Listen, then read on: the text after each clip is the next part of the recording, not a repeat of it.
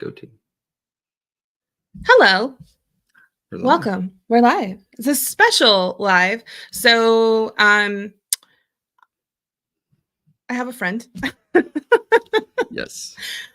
I kind of just like, I was like, hey, will you go live with me? Thank you for actually doing this. Absolutely. So I've been going Happy live. anniversary now. Oh, There you go. yeah. That's my anniversary present. He went live with me. There we go. So I've been going live like every day actually for the last few days, talking about just whatever I want and whatever I think is pertinent and helpful to talk about. And today we were going to sit down and record a podcast, and then I messed up my schedule. Story of my life. So I have an appointment in like 20 minutes, and so we were like, okay, let's do this. And then like the dog was barking and the kids were doing things, and then I was like, oh, you know what would be fun? Let's do a live about our anniversary and like being married, because we've been married for 15 years. 15 years. We were babies. Yeah. And actually, we were probably like saying our vows and like saying I do right now. Yeah. 15 years ago, because we got married at like 11, I think. Yeah. It was 10, but either way, sorry, 10 or 11 in the morning, and we were getting married. So we wanted to come on and just like talk about 3 things that we've learned from being married for 15 years, because we're 37, you're almost 38. Not quite. But Not yes. quite, but we got married pretty young. Like a lot of our friends, you know, it was another 10 years, 5-10 years before they got married. Like the first group of our friends. Yeah, maybe there was one friend that got married before us, or 2 friends that got married before us. But so anyway, we were just kind of sitting here having a conversation around this, and one of the things that came through was I said it kind of weird, but I was like, I think the thing that I learned is like, you're gonna wake up every morning with a stranger in your bed, not a complete stranger. Mm-hmm. Yeah. But well, and actually, it's kind of funny that I said it that way, because some people know this, but we sleep separately, not because we don't love each other, but because we sleep better when we sleep separately. Yeah. I go to bed at like 9. You go to bed at like 12:31. Yeah. I wake up if somebody breathes funny versus you are like dead to the world. There's no sneaking into the room. No, there's no sneaking into the room. Yeah. So we just realized that like for quality of our sleep, it makes sense for us to sleep apart. And actually, I want to normalize that, because most married, it's like 40% of married couples who've been married for longer than 10 years sleep apart. I guess in my head, I always just thought before it was us, I was always like, oh, because they're mad at each other or something like that. No, they want to sleep better. And it's not that we can't. I mean, we go on vacation or something like that. It's not the biggest thing, but it's like, yeah, if I'm listening to music or something like that, that will definitely keep you awake and you won't sleep. Yeah. Well, and then you wake up really early, and then I wake up really early, because when you wake up, then I also wake up. And then you're cranky, and it's just not a good idea. Yeah. It doesn't work. It only lasts for a little while, and then eventually we get to the point of exhaustion. Actually, like, we probably need to switch something up. Well, and I was just thinking, the last trip we took, we booked a place that had 2 beds, and we slept separately. And it was awesome. Yeah, right across the hall, like right. And we weren't. I'll be euphemistic. Like, we weren't always in separate beds, but like we slept in separate beds. So, but we were talking about this idea of like, you're gonna wake up with a stranger next to you, and we don't mean a complete stranger.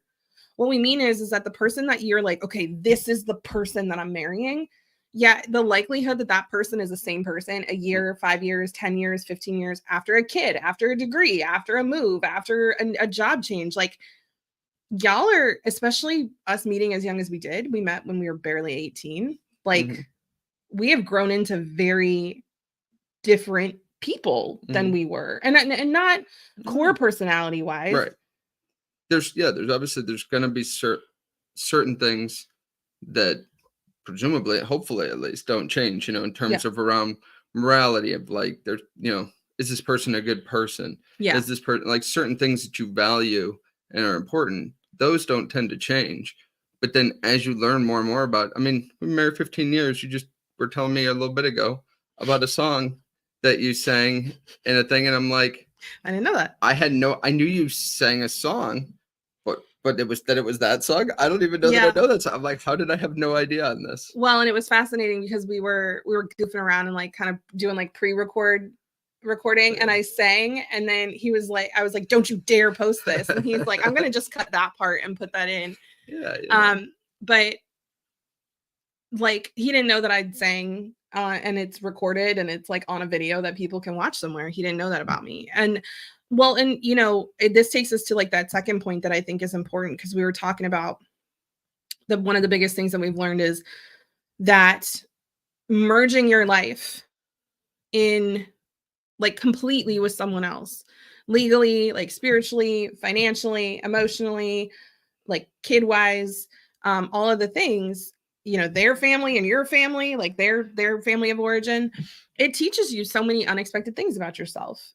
And one of the things that I think I really learned, and that I think was a painful I know was a painful time for us, like where you were like, who are you? And like, what is going on? I was like, okay, hold on. I know I believed in God because I was taught I was supposed to believe in God. I believed in Jesus because I thought I was supposed to believe in Jesus. And like, wait a second, do I actually believe that? And like going through that was a really painful period. There was also there was stuff around codependency. There was stuff around jobs. Like, do I want to work in this field that I studied in for like 10 to 15 years, or do I want to start a new business? And I know there were plenty of times that you looked at me and you were like, who are you?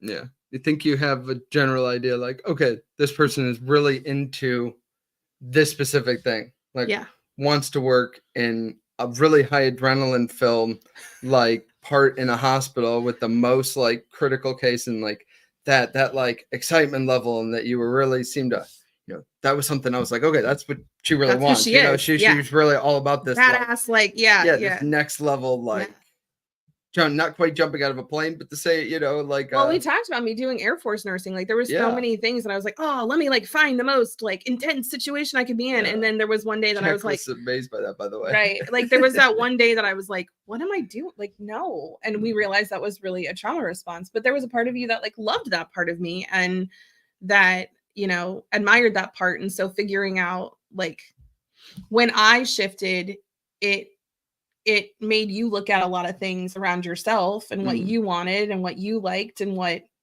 you know, you wanted to prioritize, and how you saw yourself and us in relationship.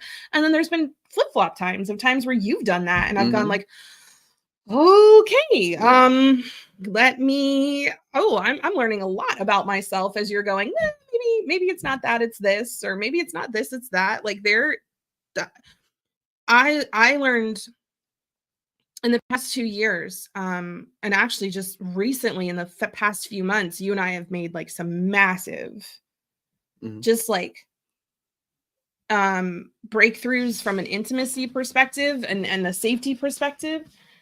And I learned so much about myself by you reflecting back to me what you were seeing or what you were experiencing about me. I learned so much about myself by asking you a question and being like, wait, isn't this how you see it? And you're like, no, that's not how I see it. Is that how you see it? And I'm like, wait, maybe that is how I see it. Yeah. Especially in ways you're not even ready for, or like imagining. You're like, oh, I didn't think that this or that was going to change. Like, I didn't think I was ever going to even question this or that, or even think about it differently. Yeah. And doesn't everybody think about it this way? Right. Because you don't know what you're assuming. And also, you know, I think that in that first like 5 years, you're like, okay, I'm learning who this person is. And then there's this time period where I think a lot of people have kids somewhere like at the later end of that first 5 years. We did it very soon. But that first 10 years is a lot of times just like, okay, I'm having kids. We're like growing our family. We're doing this, we're doing that, we're doing job changes. We're working on being like more successful in this. And then there's this moment where things start to calm down a little bit. And you're like, who are you? Who am I? What? Wait, hold on. Because there's so much chaos to start. And this is getting married young. You know, I know not everybody gets married before they have kids, or they get married, you know, when they're 22, like we did, 21, 22. But I just, I think the third thing that we've learned is you have to commit to the growth process. Yeah.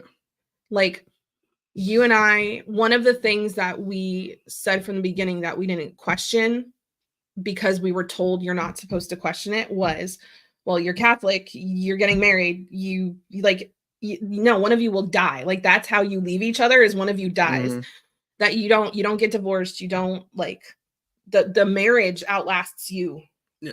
And while I wholeheartedly believe that now, like from a place of choice, at the time I believed it from a place of conditioning. And so we did have a period where I was like, wait a second though, like why am I not consciously choosing to be in this relationship every day? Why am I not consciously asking myself how I grow and change in a way that supports our relationship, instead of being like, well, it is what it is and we're just going to be married until one of us dies? Yeah, it's interesting because in some ways that almost beforehand felt, that's what I'm looking for, like comforting. Yeah, comforting, really. Like the idea, like, okay, I don't even have to like think about that or worry about that. It's like, okay, well, yeah, that's how it is, that's how it's going to be. Cool. Like, box checked off. Yeah. You know, that was one of our biggest fights. I still remember that fight where we were fighting about like our wedding rings, and you were like, this means that we're together until we die. And I'm like, I know that. Yes. I'm like, I know that's what it means. And what I'm saying is I don't want to just be complacent in that and be like, well, this means that we're together until we die. And so like, we don't have to look at, are we happy? We don't have to look at, are we fulfilled? We don't have to look at, like, is this what we really, really want? You were so mad at me that day. I can still remember, like, standing in the bathroom and you standing in the closet. We're just like yelling at each other. I remember that. And I feel actually really grateful right now to be able to remember that, like holding your hand and feeling your wedding ring and going like, no, it is. I feel like now every day I wake up and I'm like, okay, what do I need? What does my husband need? What do my kids need? What does our relationship need? And it feels so much better. It's harder. Yeah, it definitely takes work, you know, and that is one of those things you hear a lot of people say that I don't think I quite fully grasp is, you know, oh yeah, you know, marriage, it's, you know, you got to work on your marriage and stuff like that. And I was like, what does that mean? Right. Like, what exactly is it, like, work on it? Like, I know how to work on building a table. Like, I know how to work on that because there's, you know, solid steps and stuff. But I think a lot of people would just kind of say that and mean it. But what that actually means is a little more nebulous. Well, and it would be like, oh, make sure you date your spouse. Okay, but what does that mean? Right? Like, oh, you know, learn your spouse's love language. Okay, what does that mean? Right? And I'm not going to get into it here. Everyone who ever brings up love languages in my world also always hears about how much I despise the love languages, but because they make it seem easy. Like, oh, this person's an acts of service, so I'll just do acts of service for them and then they'll love me. Like, that's manipulative, right? Like, and it's some people, it doesn't feel manipulative. Okay, I started getting into it. I'm not going to. I have lots to say. We could do a whole podcast episode on that. But no, it's this, it works if you work it, but like, you have to figure out what does working on it mean to us? Does it mean, okay, each of us, like, we're gonna sit down and look at our schedules each week and like plan out some conscious time? Does it mean that we're gonna make sure that we have solitude in these places? Does it mean that we're gonna ask each other specific questions during fights? Does it mean that we're gonna have it's really like putting in, and I know this just seems so unsexy and like so unromantic, but it's putting in systems and processes and like, and okay, when this happens, what do you need in that moment? Well, I think that comes from too, where we were talking in terms of learning about the other person. You may know what would make the most sense for you, but it is one of those realizing that just because that works for you or has worked in other relationships past or stuff like that, that's not necessarily what works for them. And actually crossing, if you will, to the other side of going like, okay, what is it that they actually need? Not what do I think that they need?